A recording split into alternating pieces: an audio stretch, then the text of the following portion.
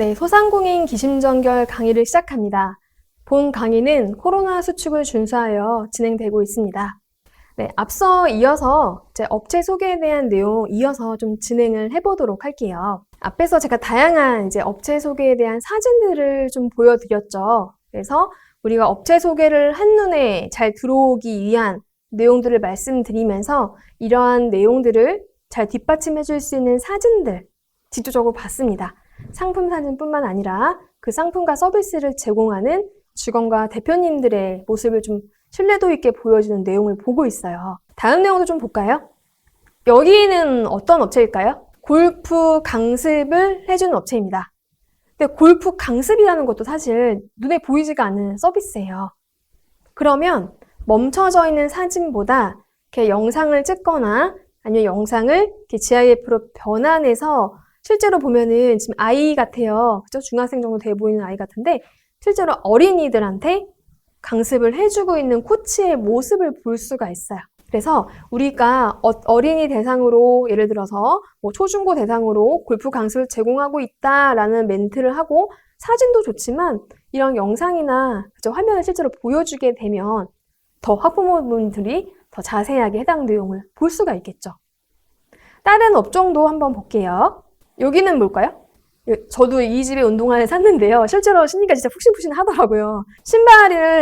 본인의 신발이 푹신하다는 걸 보여주기 위해서 신발을 단면을 잘라서요.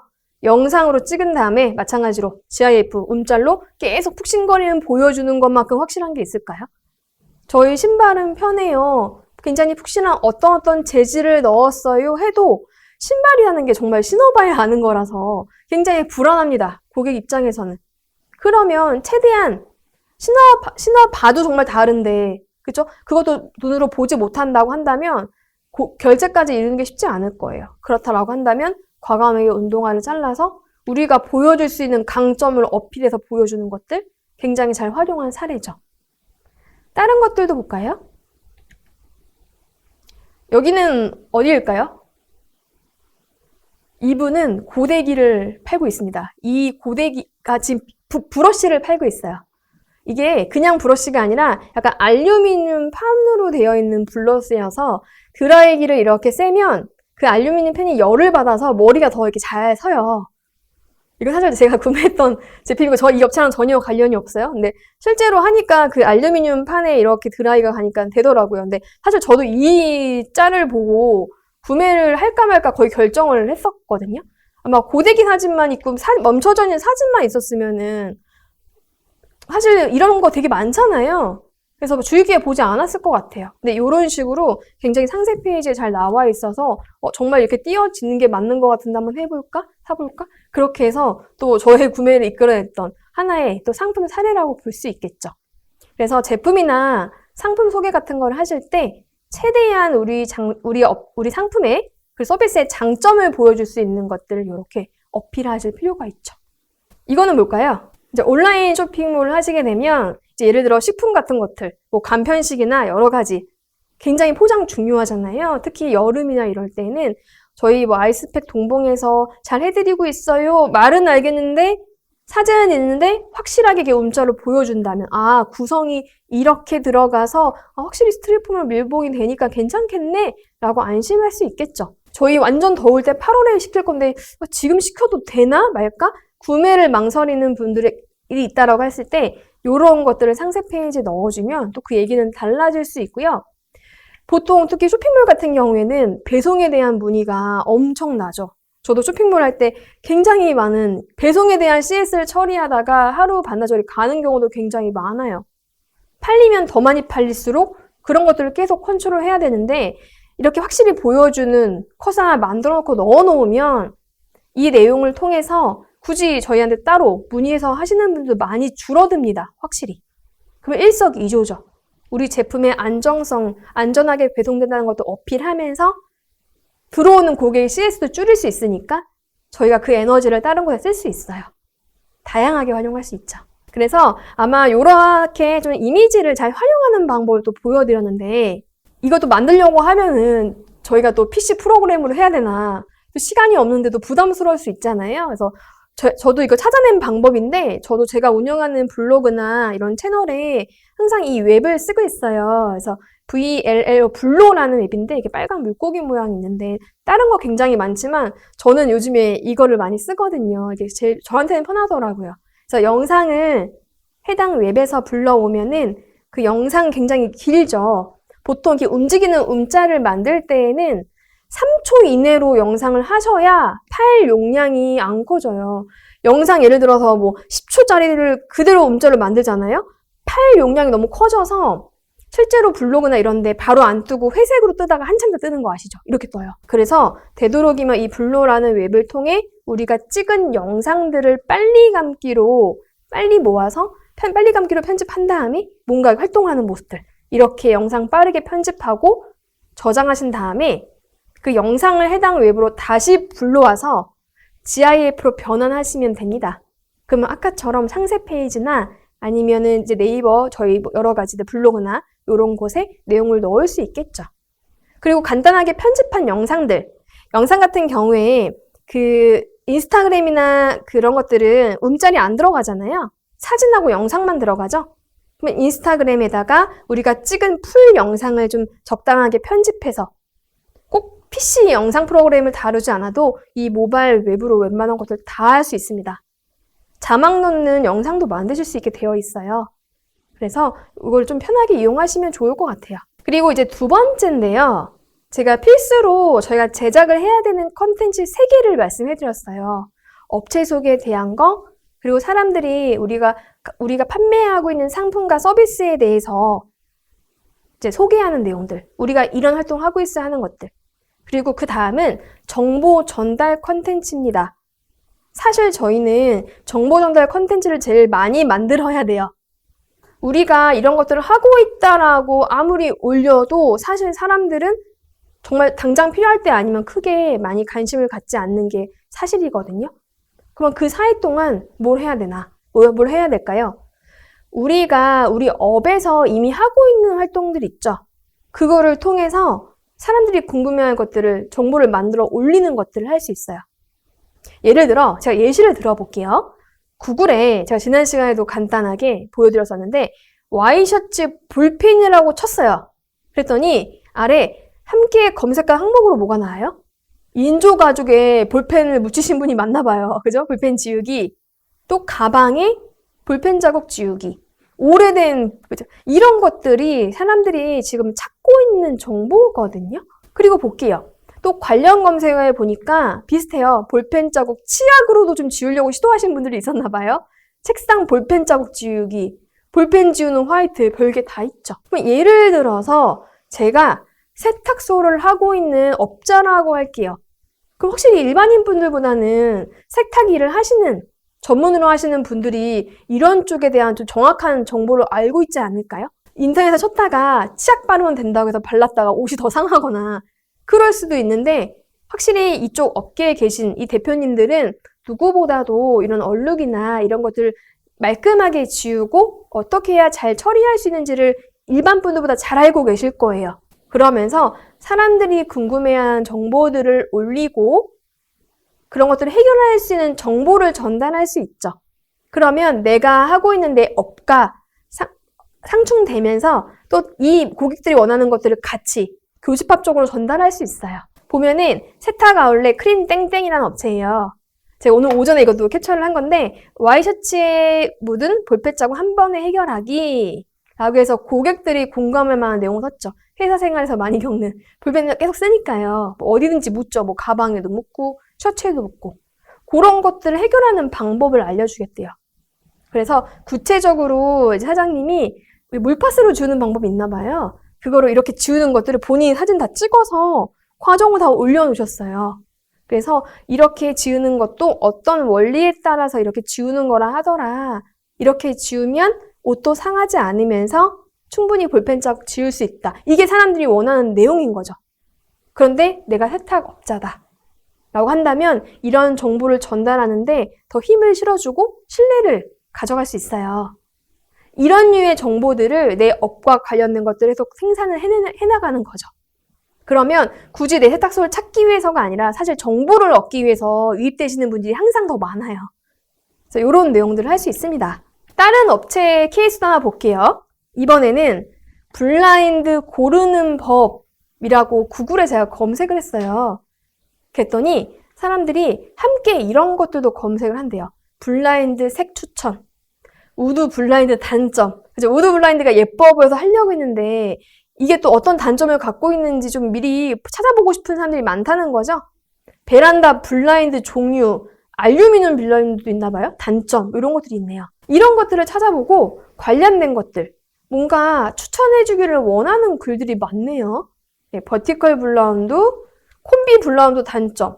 그러니까 블라인드에 대한 장단점과 본인이 원하는 상황에 있어서 적절한 것들을 물어보는 것들이 많은 것 같아요. 그러면 내가 블라인드를 시공해주는 업자라고 한다면 한 번쯤 이런 것들을 검색해 볼 필요가 있는 거죠. 사람들이 어떤 정보를 찾아 헤매는지 파악을 한 다음에 그런 내용들을 이렇게 올릴 수 있죠. 우리 집에 딱 맞는 맞춤형 블라인드 고르는 방법이라는 것들을 글을 올릴 수 있어요. 그런데 예를 들어서 이렇게 뭔가를 고르는 법이라 함은 굉장히 뭔가 내용이 좀 있겠죠. 한 가지만 있진 않겠죠. 고를 때 참고해야 될 내용들이 예를 들어 2-3가지는 있을 거예요. 그런 것들을 장황하지 않고 그 사람들이 원하는 것만 딱딱 모바일로 대충 봤을 때에도 보여주려면 어떤 식으로 글을 써야겠죠? 저희가 업체 해석에 아까 글 쓴 거랑 마찬가지예요. 인테리어에 맞는 전동 블라인드 고르는 법이라고 해서 보시게 되면 이제 고객이 공부할 만한 내용들 일단 들어있죠. 공간 분위기에 따라서 블라인드를 할지 커튼을 할지 고민을 많이 할 거다. 그래서 내가 알려주겠다. 어떻게 해요? 마찬가지로 보이시죠? 1번 블라인드 선택하기. 선택할 때는요. 창의 용도랑 개폐 방향이 되게 중요하대요. 사실 이렇게 구체적으로 알려줄 수 있는 거는 이분이 실제 업자니까 말해줄 수 있는 거죠. 근데 사실 일반인 분들이 뭐 창이 이렇게 사실 구체적으로 잘 알지는 못하잖아요. 그러면 그러한 강점을 내가 내세워서 이런 것들을 얘기해 줄 수 있는 거죠. 세 번째는 뭐로 하냐고 하냐면요. 업체를 고르는 방법을 또 말을 해주겠대요. 그래서 이분 거 글을 눌러보면은 무조건 본인 업체를 해야 된다는 글이 아니에요. 정말 객관적으로 어떤 업체를 골라야 되는지 내용이 충분히 써 있어서 여기 아래에 보이세요? 제가 실제로 캡처한 건데 블로그 지금 좋아요가 1000개가 넘어 있고 지금 댓글이 되게 많아요. 볼만한 글에는 알아서 사람들이 모입니다. 내가 누르지 말라고 해도 하트를 누르게 되어 있어요. 블라인드를 고르는 방법 글이 굉장히 많았거든요. 근데 이 글이 지금 보시면 2020년 12월 작년 글임에도 불구하고 첫 페이지 2번째 바로 나오더라고요. 그만큼 충분한 볼거리가 충만한 컨텐츠들은요. 글을 올린 지 시간이 좀 돼도 상당히 나와지게 되어 있어요. 왜냐하면 클릭했을 때 볼거리가 많잖아요. 그러면 최소 이렇게 보다가 뭐 1초 보시고 나오나요? 아니죠. 막 3초, 제대로 된 글을 보려면 3초도 걸리고 한참 보면 뭐 10초도 걸리고 영상도 또 보다 보면 또 오래 걸리고 볼만한 거리가 있는 글들에는요. 이렇게 체조 시간이 남아요. 당연히 해당 글을 많은 분들이 더 많이 볼 것이고 그 글은 충분한 유용한 정보를 가진 글인가 보다 지수가 좀 더 높아질 수밖에 없겠죠. 이런 내용을 쓰셔야 돼요.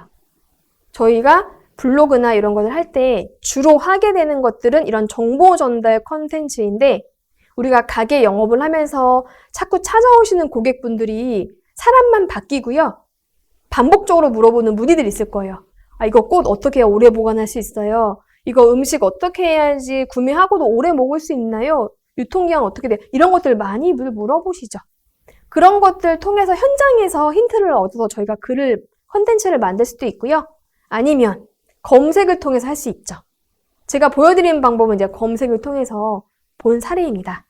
그래서 다음과 같이 이런 내용들을 어떻게 해요? 꾸준히 올리시면서 우리 업에 대해서 내가 얘기해 줄 수 있는 것들을 다양한 정보들을 계속 쌓여 나가는 내용들을 채널을 만드시는 게 맞습니다. 우리가 글을 올리려고 했어요. 예를 들어서 사람들이 블라인드 고르는 법 관련해가지고 많이 물어보는 거예요. 그래서 그래 나도 블라인드 업자니까 글을 쓰자라고 생각을 했어요. 근데 무조건 쓰면 될까요? 내가 생각한 기준으로?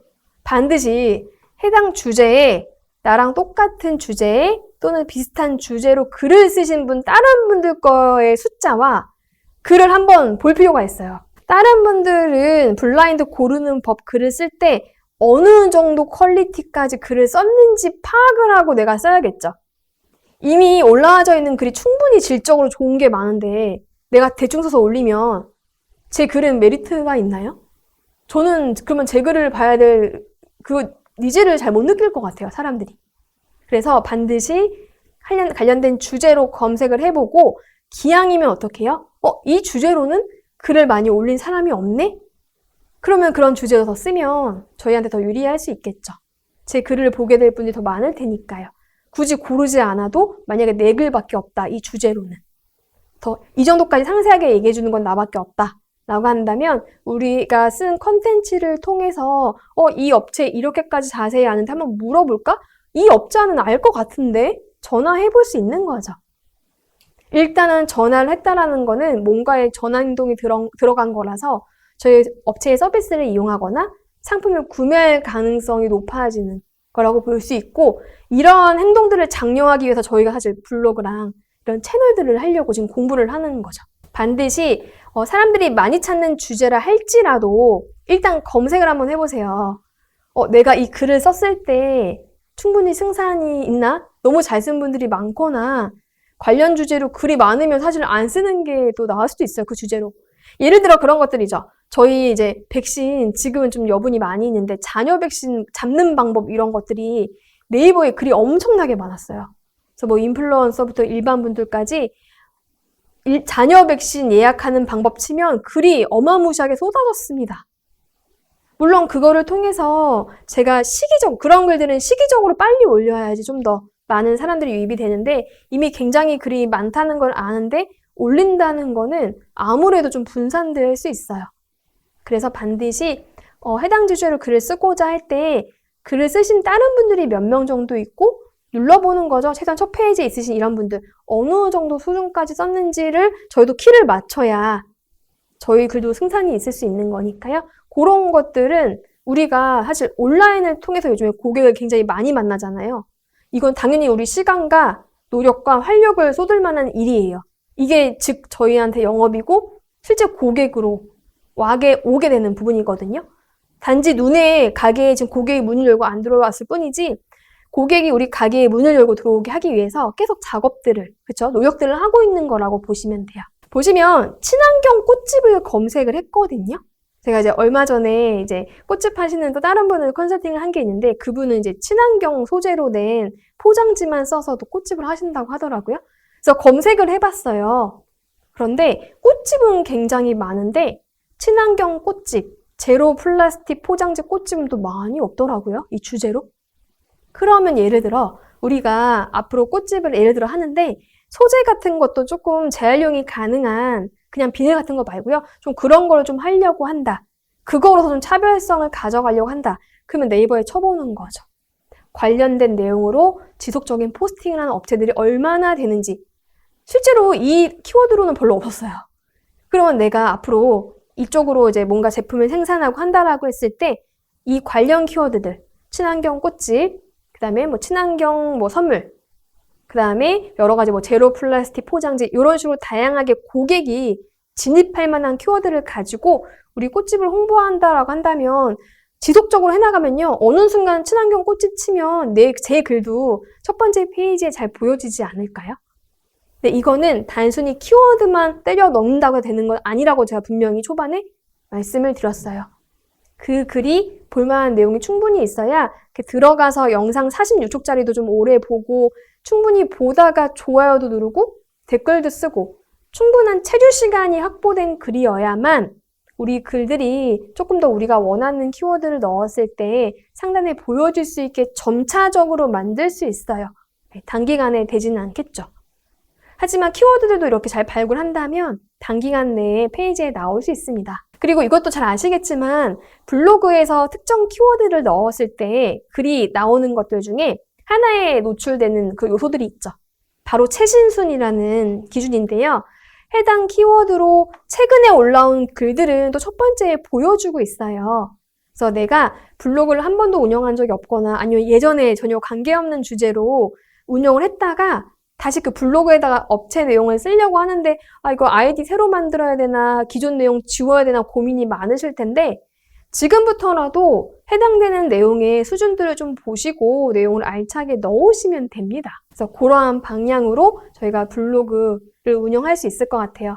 사실 이런 방법들이 바로 효과가 눈에 보이는 것 같지 않으니까요. 이렇게 마음이 조급해서 그저 막 키워드도 넣는다던가 하루에 막 3개씩 글을 그죠? 좀 품질이 떨어지더라도 글을 여러 개 올리면은 더 많은 사람들이 보겠지, 실제로 구매 전화까지 이어지겠지 생각하시는 분들이 많은데 글을 많이 올리면 운 좋게 뭐 첫 번째 페이지에 뭐 1일 전, 3일 전 최신 글로서 보여줄 수는 있지만 과연 그런 글로서 고객이 우리한테 전화를 할까요? 지갑을 열 수 있게 하는 글일까요? 분명히 그렇지 않을 수 있거든요. 점점 쌓이다가 한 번에 쫙 올라가는 경우가 굉장히 많으니까 그런 것들을 컨텐츠 만드는 데 있어서 가장 신경을 쓰시면 좋겠습니다. 그리고 이런 것들을 또 해볼 수 있을 것 같아요. 이거는 제가 쓴 글인데요.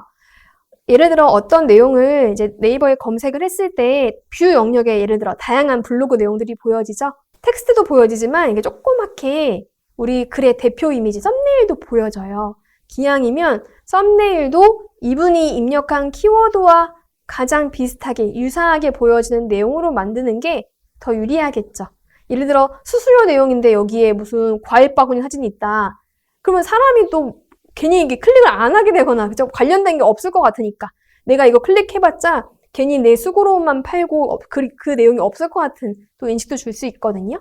그래서 고객이 검색한 검색어와 일치한, 의미가 일치하는 썸네일을 만드는 것도 하나의 방법입니다. 그래서 저희 막 이런 것도 만들려고 배우고 막 여러 가지 활동들을 하고 있죠. 그래서 저 같은 경우에도 뭐 전문 디자이너가 아니니까요. 또 PC 프로그램으로 뭐 포토샵이나 일러스트도 일일이 배우기에는 제가 다른 일에 더 활력을 쏟는 게 맞다고 판단을 했어요. 물론 조금씩 배우고는 있지만 그러면 어쨌든 당장 시기상으로 빨리빨리 시작하는 게 맞는데 어떻게 할 수 있냐를 찾아봤더니 이렇게 미리 캠퍼스 같은 툴도 많이 쓰시나요? 쓰시는 분들 많이 있으실 거예요. 미리 캠퍼스라 같은 사이트들을 이용하면요. 제가 포토샵이나 이런 걸 하지 못해도 여러 가지 세련되게 만들어진 디자인들이 있어서 조금만 바꿔도 이렇게 만들 수 있거든요. 저도 제 나름대로 많이 바꿔서 만들었어요. 제 마음에 들게. 그래서 주제가 달라도 썸네일만 봐도 이 블로그에서 만든 컨텐츠구나를 좀 느낄 수 있게 뭔가 이렇게 정리를 했죠. 색깔만 다르고 지금 모양이나 글씨체가 같은 걸 볼 수 있죠. 그래서 그러니까 시리즈로 보여지게 한 업체에서 만든 정보 컨텐츠로 보여지는 느낌으로 썸네일 한번 만들어 보시는 것도 굉장히 중요할 것 같아요.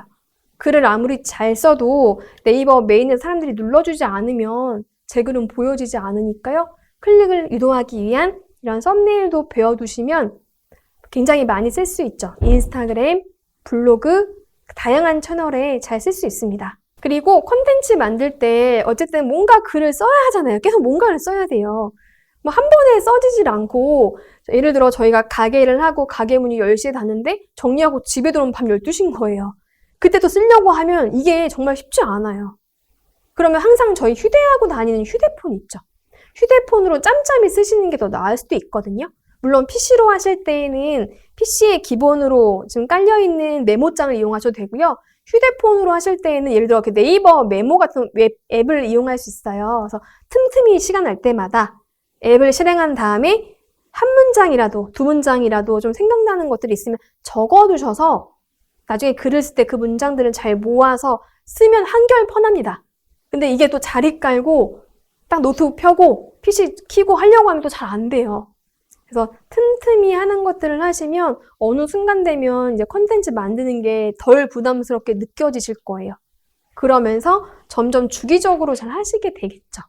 그래서 그런 것들을 꼭 주의 깊게 해주시면 되고, 그리고 이거는 지난 시간에도 너무 중요해서 말씀드렸던 부분인데 컨텐츠를 만드실 때는 항상 날짜를 좀 정하세요. 내가 틈틈이 해보려고 하고 했는데도 도저히 써지질 않는다. 그러면 일주일에 예를 들어 한 번, 두 번, 매주 금요일 날 밤 9시부터 12시까지는 글 쓰는 날 정해놓고 그 글이 마음에 드든 안 드든 간에 일단 업로드를 하세요. 그리고 나중에 조금씩 수정해도 상관없거든요. 그렇게 해서 뭔가를 실제로 공개된 컨텐츠를 쌓아가는 그런 것들을 일주일에 최소 하나에서 2개 정도씩 만들어가다 보면 조금씩 수정이 됩니다. 이게 인터넷에 일단 올려버리잖아요. 어쨌든 공개가 된 거잖아요. 그럼 마음에 안 드는 부분들을 급하게 개선할 수밖에 없어요. 그렇게 해서 개선하는 게 당장 처음엔 마음에 안 들어도 실제로 빨리 시작할 수 있는 방법 중에 하나입니다. 사실 저도 그렇게 해서요. 이 썸네일도 지금까지 한 6번을 바꾼 포맷이에요. 미디어 캠퍼스에서 계속 바꾸고 저도 이제 제가 원하는 대로 이렇게 다 그릴 수가 디자이너가 아직 아니니까 못하니까 이런 툴들을 이용해서 지금 이렇게 바꾸고 있습니다. 그리고 시간도 훨씬 줄일 수 있어요. 그래서 이런 것들 이용하시면 되겠습니다. 그리고 이거는 너무 잘 아시죠? 우리가 컨텐츠를 만들 때 모바일 가독성을 확보하는 것들.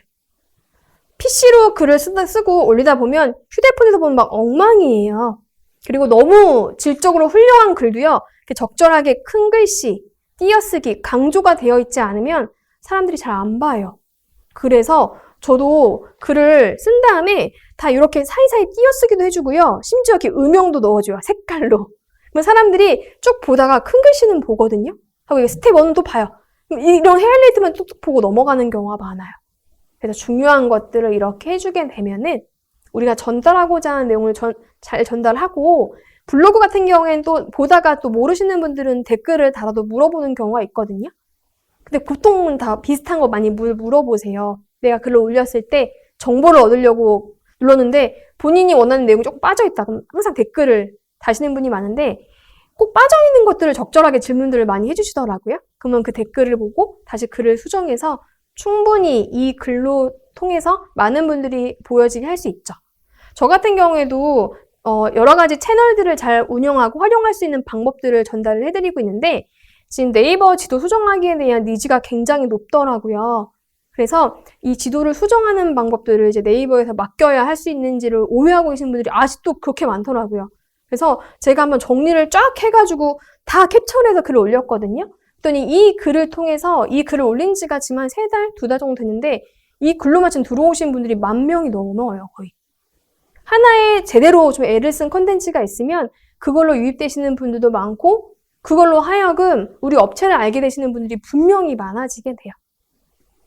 그래서 그런 것들을 통해서 우리가 원하는 위치에 다양한 내용들을 다음과 같이 꼼꼼히 만들어서 제시를 할 수 있겠죠. 그리고 콘텐츠를 만드실 때 또 이런 부분들을 조금 더 보시면 좋습니다.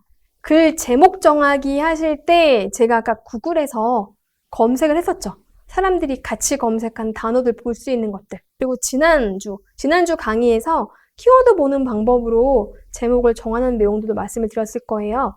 내가 전달하고자 하는 내용이 있어도 사람들은 본인들이 생각한 단어로 치고 들어와서 제 글을 보게 됩니다. 그러면 이 관련 분야에 있어서 사람들이 어떤 단어로 얘기하고 있는지 지난 시간에 네이버 데이터 랩이나 키워드 도구를 통해서 해당 내용을 우리가 살펴볼 수 있겠죠. 그리고 글을 올리시기 전에 맞춤법 검사를 또 해주시면 좋아요. 네이버 블로그 같은 경우에는 맞춤법 검사하는 내용이 들어있으니까 그 내용으로 진행을 해주시면 됩니다. 태그 입력하는 것들도 있죠. 마찬가지입니다. 제목과. 그리고 글에 세부 카테고리를 선택하시는 내용이 있어요. 요거는 화면으로 좀 보여드릴게요. 저희가 블로그를 모바일 설정 부분 눌러주시게 되면 환경 설정으로 나와지고요. 블로그 운영하실 때 반드시 내 블로그 주제를 내가 내 업종과 연관된 거로 설정이 되어 있는지 꼭 확인을 하세요. 제가 제 블로그를 이 주제로 앞으로 운영한다라고 선택을 한 거니까요. 관련된 주제로 된 컨텐츠만 올리시는 게 맞습니다. 그래야 이 주제로 유용한 정보를 생산해내는 하나의 블로그로서 인정을 또 받을 수 있는 부분들이 있어요. 그래서 여러 주제보다는 하나의 이 주제에 대한 책처럼 다양한 정보들과 이 주제에 어울리는 우리의 업들에 대해서 소개해주는 것들을 꼭 그 기준을 잊지 말고 하시면 좋습니다. 그래서 저 같은 경우에도 최대한 제가 비즈니스 경제 쪽으로 해서 제 업을 여러 가지 내용을 쓰고 있는데요. 저도 가끔씩 이제 맛집도 올리고 싶고 여러 가지를 또 올리고 싶은 욕심이 있는데 되도록 올리지 않으려고 하는 편이에요. 하나 올린다고 뭐 어떻게 크게 되는 건 아니지만 그 글로 하여금 제가 계속 음식 사진들을 올리면 제가 전달하고자 하는 제 업의 좀 신뢰도 부분에서 보시는 분들이 좀 다르게 생각할 수 있지 않을까라는 염려가 돼서 저는 제 사업에 맞는 글들을 올리고 이 주제에 해당되는 제 여러 가지 활동들을 올리고 있습니다. 그래서 이러한 내용들도 꼭 기억을 해주시면 좋을 것 같아요. 그래서 앞에서 굉장히 중요한 컨텐츠 만드는 방법을 봤고요. 남은 시간 동안에는 그 검색 광고에 대한 좀 니즈들도 굉장히 많으시더라고요. 그래서 소상공인분들이 좀 검색 광고를 간단하게 정리해서 좀 맥락들을 파악하실 수 있도록 내용을 좀 진행할 계획이에요. 그래서 내용들을 함께 좀 보시도록 할게요. 일단은 저희가 컨텐츠를 만들어서 충분히 그런 활동들을 진행을 해야겠죠. 반드시 유료 광고를 먼저 집행하시는 게 아니라 앞단에 말씀드린 컨텐츠들을 충분히 개발을 해야 합니다. 검색 광고는요, 화면과 같이 특정 키워드, 일반적으로 사이트 검색 광고나 이런 것들을 봤을 때 고객이 어떤 단어를 검색했을 때 내 사이트나 이런 것들을 띄워주는 역할을 하고 클릭했을 때 어떤 내용이 보이죠? 우리가 광고하고자 하는 이제 페이지들, 이렇게 쇼핑몰이나 아니면 블로그나 다양한 페이지가 보여지게 할 수 있어요. 그러면 광고의 역할은 어디까지죠? 광고의 역할은 사람들이 검색하면 노출시켜주고 클릭을 유도하는 것까지입니다. 매출이 난다고 보장은 안 했네요. 클릭해서 우리가 앞에서 만든 컨텐츠들을 충분히 보고 설득이 되면 그때 돈을 지불할 거예요. 그런데 내가 페이지를 굉장히 열심히 만들었는데 유입 자체가 너무 적으면 저희가 유료 광고를 집행해 볼 수도 있는 거죠. 하지만 광고를 할지라도 결국 핵심은 클릭해서 보여지는 내 페이지의 상태, 상황에 따라서 고객이 찾아올 수도 있고 안 찾아올 수도 있다는 부분입니다. 그래서 광고를 집행하면 굉장히 매출로서 많이 문의가 오고 그렇게 또 되는 업종도 있긴 하겠죠. 하지만 결코 광고한다고 해서 매출이 당장 오르거나 하는 것들은 그렇지 않다라고 말씀을 드릴 수 있을 것 같아요. 그래서 직접적으로 의도를 가지고 제주 한 달 살이 검색했을 때 다양한 해당되는 키워드로 예를 들어 사이트 광고를 하신 분들께 보여지고 그중에 한 업체를 고객은 클릭을 하게 되겠죠. 그리고 클릭했을 때에만 돈이 과금되는 형식이다. 그게 일반적이다 라고 보시면 될 것 같아요. 검색 광고 유형이 굉장히 많죠. 일단 소상공인분들이 하실 수 있는 광고들 일반적으로 접하고 쉽게 해볼 만한 광고들을 대표적으로 한 3개 정도 사이트, 내가 원하는 쇼핑몰이나 URL을 가진 페이지로 유입되게 하는 광고랑요. 그 다음에 네이버 스마트 스토어나 오픈마켓 같은 사이트, 쇼핑몰을 클릭했을 때 보여주는 것들. 그리고 가장 끝에 보시면 오프라인 가게를 홍보하는 지역 소상공인 광고라는 게 있어요. 그래서 우리 실제 있는 업소 매장으로 사람들이 올 수 있게 보여주는 거라고 보시면 되겠습니다. 그리고 이제 아래 보시면 디스플레이 광고라고 해서 또 새롭게 최 나아진 광고가 또 있습니다. 해당 내용들은요, 네이버 광고 사이트 들어가시면 굉장히 자세하게 나와서 일단 저희가 실제로 쓸 법한 중요한 내용들만 정리를 좀 해보도록 할게요. 사이트 검색 광고가 가장 일반적으로 많이 보실 거예요. 그래서 네이버에 검색을 했을 때 다음처럼 띄워주는 것들, 파워링크라는 이름으로 굉장히 유명하죠. 그래서 파워링크 같은 경우에는 최대 10개, 그리고 나중에 또 비즈 사이트라는 항목으로 또 5개까지 노출되는 광고가 사이트 광고구나 라고 보시면 됩니다. 사이트 검색 광고는요, 아까도 잠깐 말씀드렸는데요. 그 화면처럼 이렇게 보여지는 거는 무료고요. 이제 고객이 클릭을 했을 때에만 클릭당 단가에 따라서 비용이 나가게 됩니다. 그래서 단순히 이렇게 보여주는 건 무료예요. 그래서 고객이 클릭 안 했다 하면 돈은 안 나가요. 하지만 이제 클릭을 했다. 그때 클릭씩 과금되는 CPC 방식이라고 얘기를 합니다. 그래서 사이트 검색 광고 같은 경우에는 클릭 비용이 70원부터 시작해요. 그리고 최대 10만 원 중에서 본인이 설정을 할 수 있게 되어 있습니다. 그리고 이제 순위 같은 경우에는 보시게 되면은 입찰가, 우리가 얼마를 했냐에 따라, 그리고 품질 지수라는 부분이 있는데요. 이거에 따라서 높은 순서대로 순위가 결정되게 되어 있어요. 광고에 있어서는요, 품질 지수라는 부분이 굉장히 중요해요. 품질 지수가 어떤 건지 한번 볼게요. 예를 들어서 품질 지수라는 게 낮으면요, 이제 예를 들어 품질 지수라는 게 높을수록 좋은 거거든요. 간단하게 얘기해서 이런 것들입니다. 예를 들어 고객이 핸드 안마기를 단어를 검색을 했어요. 그래서 제 광고가 떴다라고 할게요. 그럼 반드시 그 광고를 눌렀을 때 뭐가 나와야 돼요? 핸드 안마기에 대한 내용이 상세하게 나와야 맞죠. 그 단어를 이제 검색한 사람의 의도와 클릭했을 때 보여지는 내용물이 반드시 일치하는 점들을 이제 얘기합니다. 충분히 그 내용을 보여주고 있는지에 대한 것들. 그리고 클릭을 하기 전에 사람들이 어떤 것들을 보죠? 여기 보시면 화장품이라고 검색했더니 천연 화장품은 뭐, 네이버가 만든 뭐뭐 이렇게 나오죠. 이 문구가 얼마나 또 매력적인지 본인이 생각한 내용이 있는지에 따라서 클릭이 들어가게 돼요. 그래서 품질지수라고 하면 고객이 검색하는 단어와 그 사람이 검색을 왜 했을까? 그 의도에 맞는 문구나 이런 것들에 따라서 또 결정이 될 수 있다라고 보시면 좋을 것 같아요. 그래서 품질지수를 높이면서 또 입찰가를 조정하거나 광고에 보이는 문구들을 조정할 필요가 있습니다. 한 번에 올린다고 끝나지 않아요. 최대한 이제 보시면 이렇게 막대기로요. 나중에 품질지수 막대기가 많이 찰수록 품질이 높은 거예요.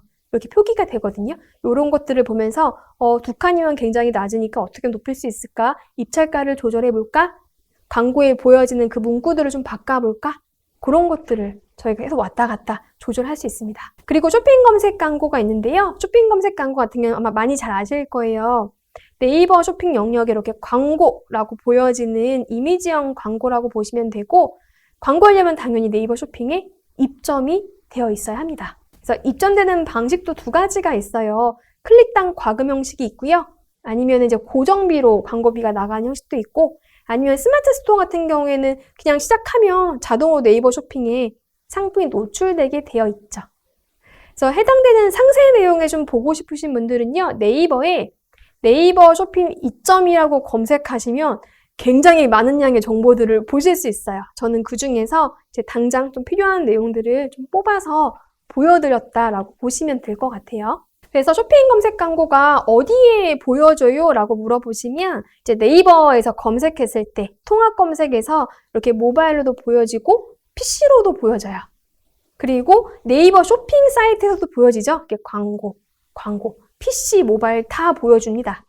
보통은 이제 광고를 하게 되면 이런 PC, 네이버 쇼핑 영역에서는 보통 4개 정도가 나와요. 1, 2, 3, 4, 4순위 정도 나오는데요. 그 키워드나 아니면 카테고리나 노출 유형에 따라서 한 페이지의 광고가 1, 3, 4순위, 3순위 3개만 보여주는 경우도 있고 광고 개수는 조금씩 다릅니다. 그리고 모바일 검색 매체 같은 경우에 이런 것들 보신 적 있으실까요? 모바일 검색하다 보면 예를 들어 제가 어떤 커플룩을 봤어요. 그럼 뽀유라고 해서 상품 추천 이런 매체에도 첫 번째 위치에 광고인 제 상품이 노출될 수 있습니다. 이러한 부분에도 상품을 보여주고 있다라고 보시면 될 것 같아요. 그래서 앞에는 쇼핑 검색 광고에 대해서 좀 보았고요. 세 번째, 소상공인 분들이 또 할 수 있는 검색 광고 중에 세 번째는 오프라인 가게를 하시는 분들에 한해서 할 수 있는 광고입니다. 사이사이 블로그나 연예계 뉴스나 정치 뉴스 이런 거 기사 밑에 보시면 이런 거 보신 적 있으시죠?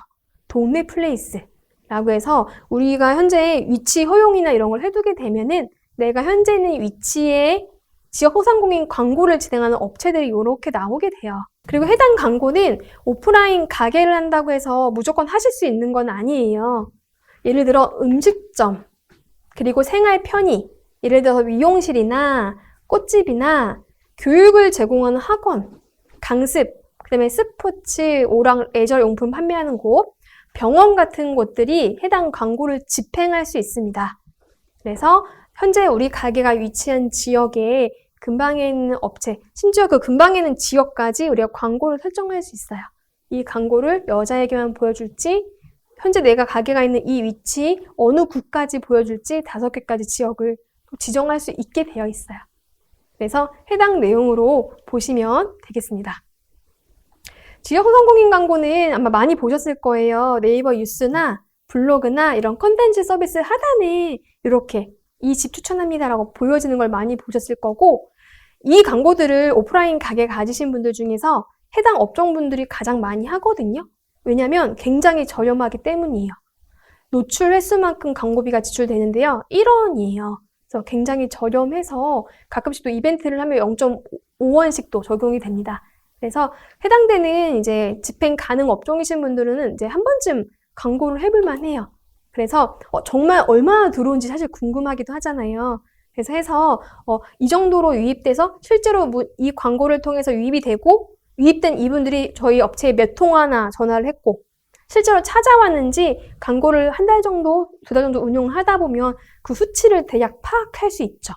그러면 광고 집행비 대비 실제로 고객으로 이어지는 그 비용을 따져볼 수 있으니까요. 실제로 온라인 마케팅에 있어서 가게를 가신 분들은 한 번쯤 실적을 파악할 수 있을 만한 광고입니다.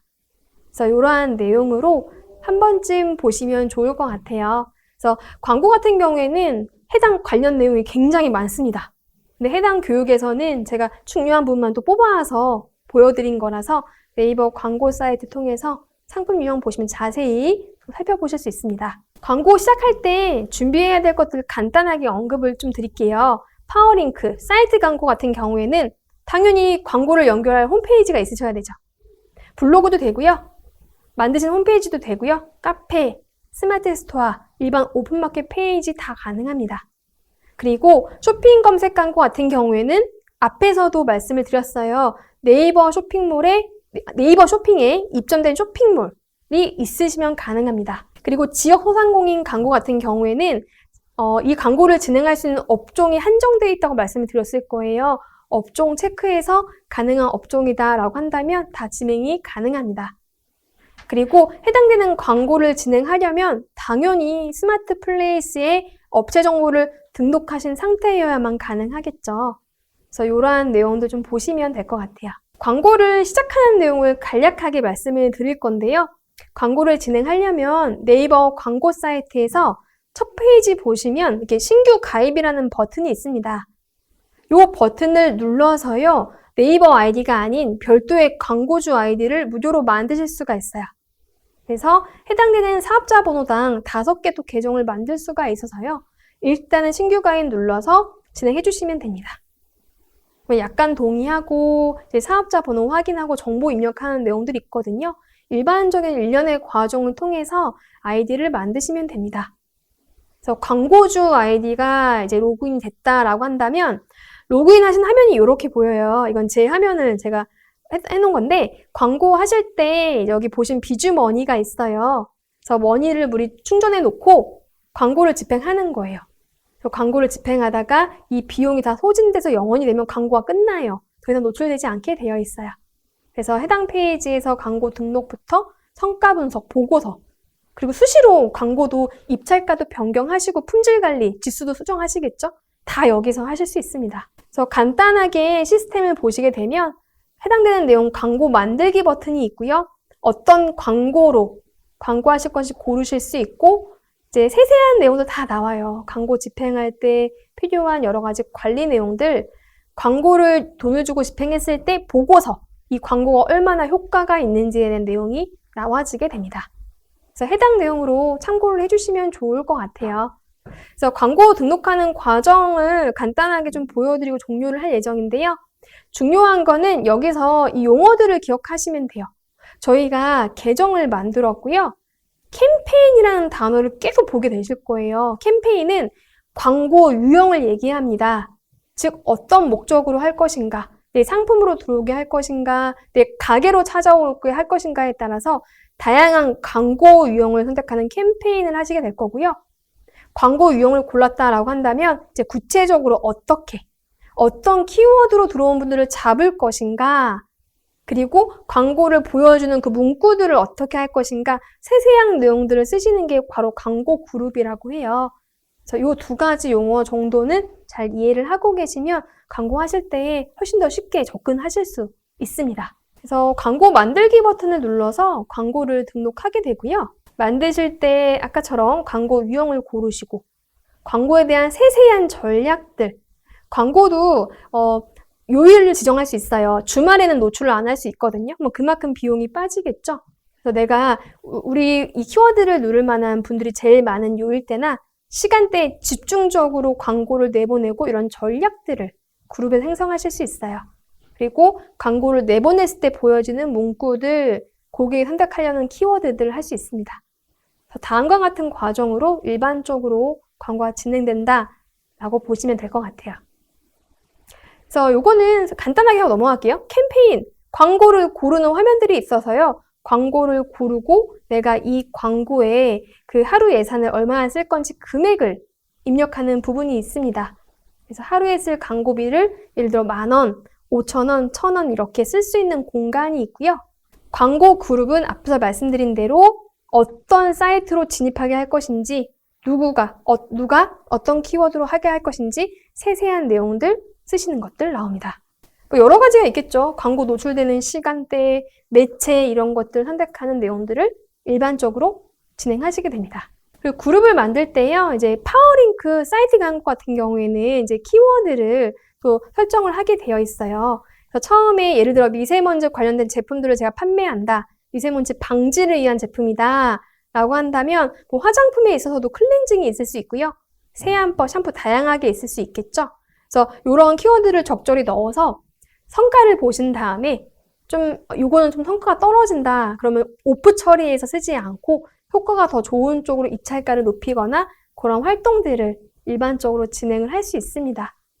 그래서 원하시는 단어들을 나중에 넣게 되면 그 단어에 대한 추가 실적 예상하기가 보게 돼요. 물론 예상은 실제와 똑같진 않겠지만 이 단어로 예를 들어 추가해서 키워드를 넣었을 때 어떻게 예상 실적들을 볼 수 있을지, 월 예상 클릭수 이런 것들을 보고 우리가 해당 키워드를 쓸지 말지 결정할 수 있습니다. 그래서 이렇게 내용이 보여져요. 실제로 광고 노출할 때 보여지는 페이지 있죠? 글 쓰면 여기 다 들어가거든요. 그래서 이런 것도 어떤 거 문구를 넣을지, 문구도 매력적이야 사람들이 누르니까요. 그래서 이런 것도 쓰시는 게 상세하게 들어 있습니다. 그래서 뭐 키워드를 삽입해서요. 여기 보시면 지금 전문 네이버 꽃이라고 되어 있죠. 여기 보시면 전문 네이버 꽃이라고 되어 있어요. 이 꽃배달이라는 부분은요. 지금 가로 열고 꽃배달 되어 있는데요. 키워드 삽입을 통해서 예를 들어 꽃배달 말고 여러 개를 넣을 수 있어요. 수국만 찾으시는 분은 있을 수 있겠죠. 그러면 키워드 삽입으로 수국 꽃배달. 그리고 예를 들어서 여러 가지 다른 키워드들이 있을 수 있을 거예요. 소형 꽃배달. 그럼 소형. 그게 다양한 것들을 삽입해 놓으면 여기 앞에 있는 문구들이 계속 바뀌어지면서 광고가 나가요. 알아서. 자동으로. 그래서 키워드를 소재에 일일이 삽입할 필요 없이 자동으로 적용되니까 또 이렇게 하는 방법을 통해서 쉽게 또 광고를 할 수 있습니다. 그래서 다음과 같은 방법으로 이제 메뉴를 보여주고 싶고 위치를 보여주고 싶으면 추가적으로 또 소재를 넣어서 내가 원하는 내용을 넣어서 광고할 수 있어요. 업체마다 이렇게 보여주고 싶은 부분들이 조금씩 다른가 봐요. 다른 확장 소재를 선택을 했네요. 그래서 이렇게 좀 보여주고 있는 것들. 실제로 이제 해당 키워드로 이렇게 광고를 키워드를 넣으면 단가를 쓸 수 있고요. 그 단가에 대한 품질이나 좀 효과가 없는 것 같다 그러면 계속 눌러서 단가, 입찰가를 변경할 수 있어요. 그래서 이러한 일반적인 과정으로 키워드에 대한 평균 사주가 해당 순위도 볼 수 있고요. 계속 이런 수치들을 보면서 왔다 갔다 맞게 조절을 하는 겁니다. 이거는 실제로 아마 넣어보고 자꾸 해보셔야 경험치가 쌓일 거예요. 그래서 이런 내용들을 일반적으로 살펴볼 수 있습니다. 광고한 다음에 정말 효과가 있는지 보고서 저희가 꼭 확인해야 되죠. 보고서도 상세하게 또 보실 수 있는 항목이 들어있어요. 그래서 지금까지 좀 광고에 대한 내용들을 좀 상세하게 봤는데요. 정말 광고를 하시고자 하는 분들은 조금 더 공부를 자세히 하시는 게 좀 필요하실 거예요. 그래서 오늘은 컨텐츠를 자세하게 만드시는 방법과 소상공인분들이 쉽게 할 수 있는 광고의 대략적인 내용을 진행했습니다.